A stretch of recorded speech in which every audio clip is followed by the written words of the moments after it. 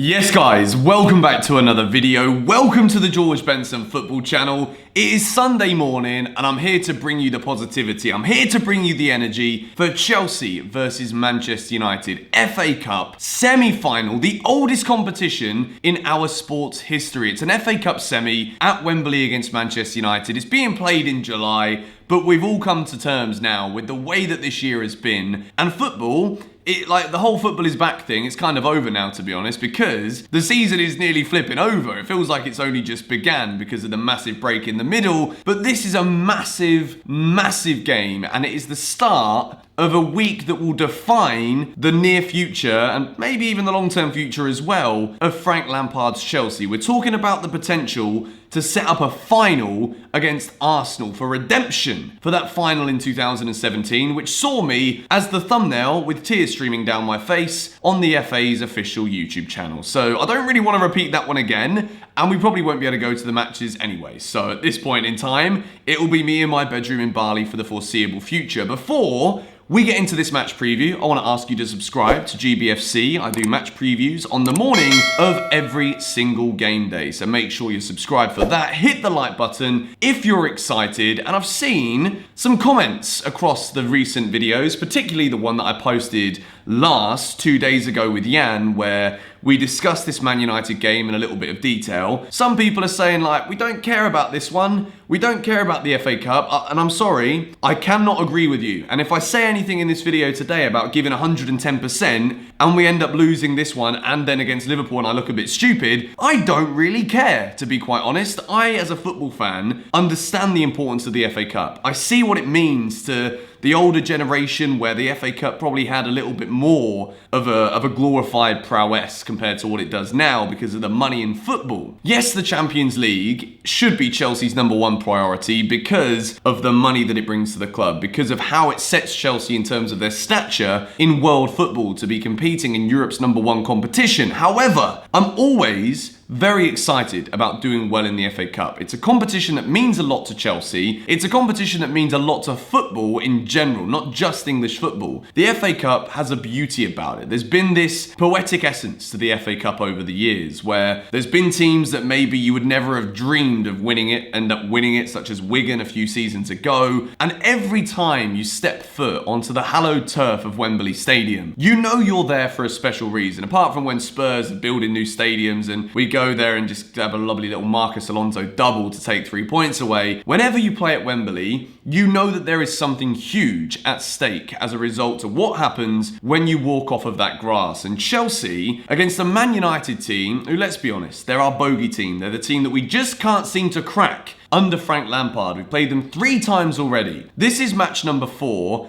And it is time for redemption, not just for that, but to set up that final against Arsenal after Arsenal beat Manchester City 2-0 in a very confident Mikel Arteta performance. Good mentions for David Luiz, who had a great game, Aubameyang with a double. It would just be beautiful to see Chelsea in that final again. In Frank's first season, when we think about what Frank has done this year, the way that he's brought these young players through. Who's messaging me? You're going to have to leave me alone. I'm busy. Frank has brought in these young players. We've seen a new Chelsea DNA being choreographed under Frank Lampard. We've got the hashtag, It's a Chelsea Thing. The FA Cup is as much of a Chelsea thing as anything. And remember, we should hopefully, I think we will be, but wearing the special FA Cup kit that we've got, which is also one of the most beautiful Chelsea kits I've ever seen. So with that being said, this game against United, there are so many small caveats and so many big things that we could just quash all of a sudden. If we win this one and we manage to get top 4, United fans, they're not really going to have a leg to stand on when it comes to this whole "we've beaten you 3 flipping times" thing this season. This is massive for Chelsea. And I think that even though some people are saying we've got Liverpool away up next to Anfield in what is really a game that we should be looking to win with the current scenario with the top 4, if we don't win, it might not necessarily be in our hands to finish in the Champions League. So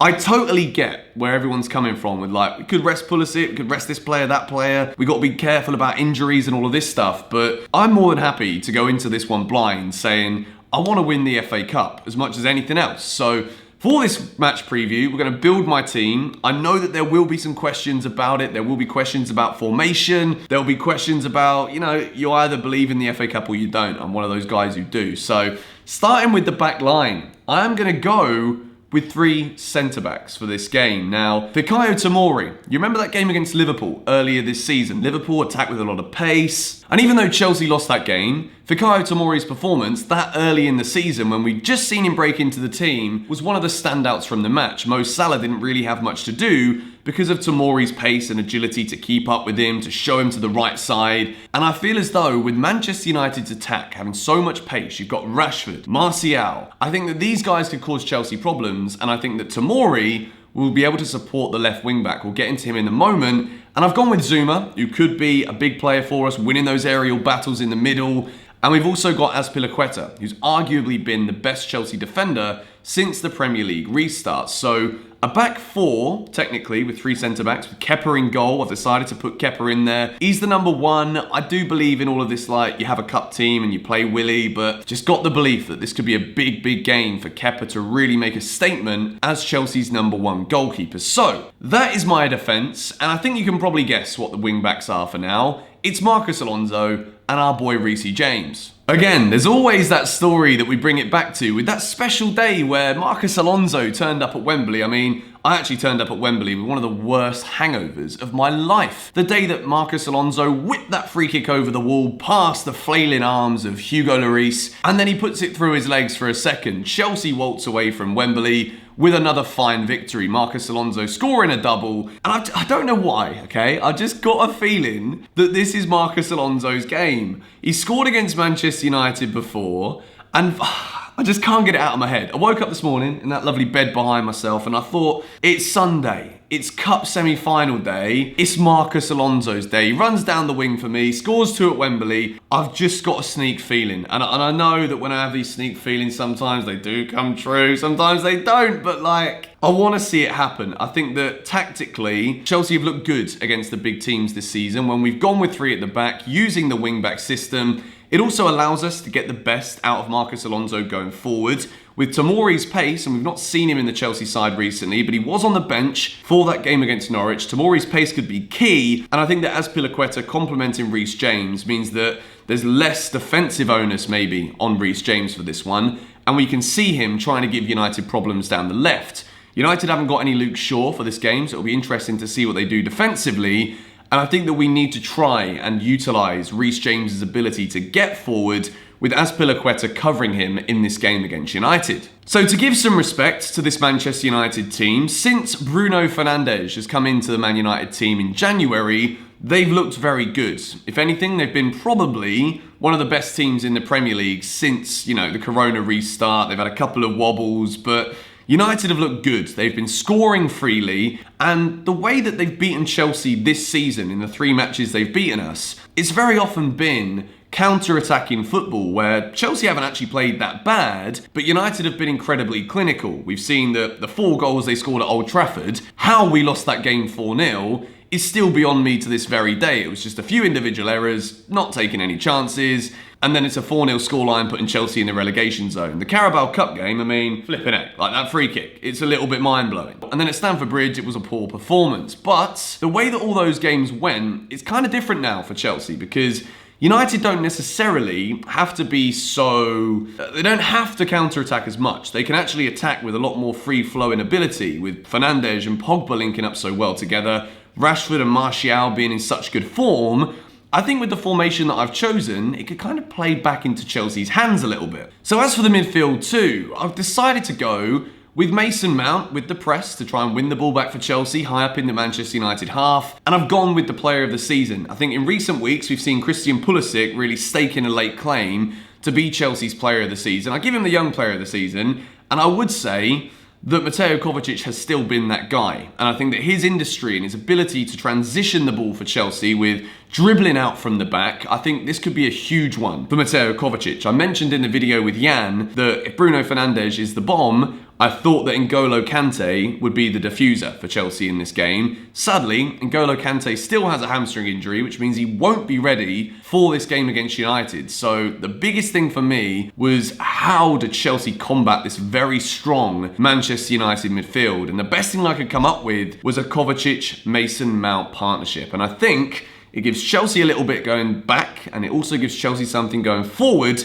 And then the attacking three that we're going to roll with today, Christian Pulisic. People have said rest him because we've got Liverpool coming up. As I've said in this video already countless times, not buying into that. It's a must-win game in my opinion. I want to win the flipping cup. Pulisic on the left. He's been absolutely brilliant recently. Olivier Giroud is the striker for this one. We've already seen him do it in FA Cup semi-finals for Chelsea, and boy, do I want to see Olivier Giroud yet again in a cup final in a blue shirt against his former club, Arsenal. It would just be brilliant in Frank's debut season, and give credit to Olivier Giroud. He was kind of the forgotten man. He didn't really have a sniff, but 6 goals recently in his last 8 starts in the Prem, or his last 8 games in the Prem, or whatever it is. It's a great return from Olivier Giroud, and he's got to start this one again for me. I think that in the big games, we know that we can utilise Giroud's ability to hold up the ball. We can always rely on him for a goal, and with Alonso's industry going forward, and the same with Reece James, I think it's a recipe for chances that Olivier Giroud can take against this United defence.